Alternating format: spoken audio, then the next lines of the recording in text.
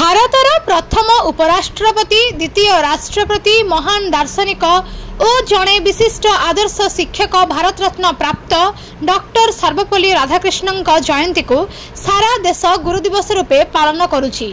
एथिपाई पश्चिम बंग कोलकाता थिबा गोपबंधु विद्यालय भवानीपुर, जगन्नाथ विद्यापीठ अलीपुर और खिदिरपुर ओडिया विद्यालय मानकरे छात्र छात्री माने खूब आडंबर सहित गुरु दिवसटी को पालन करिसंती। एथिरे शिक्षक निरंजन पति तांकर स्वागत भाषण रे छात्र छात्री माननकु डॉक्टर सर्वपल्ली राधाकृष्णन विषय रे बुझाइथिले। छात्र छात्री और प्रतिटी शिक्षक और शिक्षयित्री तांको आदर्श रे आदर्शित हेबा पई प्रेरणा देइथिले। प्रधान शिक्षक सुरेश चंद्र दास, शिक्षयित्री पूर्णिमा सेठी और विजयलक्ष्मी मैडम को स्वागत भाषण रे छात्र छात्री माने खूब उत्साहित होइथिले।